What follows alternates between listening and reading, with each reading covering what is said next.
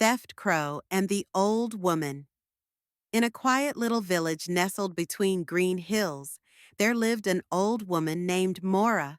She was known for her kindness and the delicious bread she baked every morning. But there was one trouble she could never seem to solve: a mischievous crow that the villagers called Theftcrow. Theftcrow was no ordinary bird. He had sleek black feathers that shimmered like polished ink, and eyes as sharp as a thief's mind. He was famous for snatching anything that caught his fancy: buttons, silver spoons, and most of all, food. One autumn morning, Mora had just taken a fresh loaf of bread out of her oven.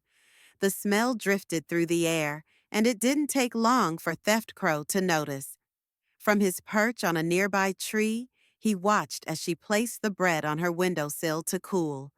With a flap of his wings, he swooped down, his beady eyes locked onto the steaming golden crust. Just as his claws grasped the loaf, Mora spun around. "You little rascal!" she cried, waving her wooden spoon. But Theftcrow was quick. He flapped his wings hard and lifted off, the bread clutched tightly in his beak. Mora could only watch as the clever bird soared over the rooftops. But Theftcrow had not thought things through. The loaf was heavy, and as he tried to gain height, his grip slipped. The bread tumbled through the air and landed right into a bucket of water outside Mora's house. Mora burst into laughter as she picked up the soggy bread. "Well, well, even a thief can have bad luck," she chuckled. Theftcrow cawed in frustration from a nearby branch, tilting his head as if embarrassed.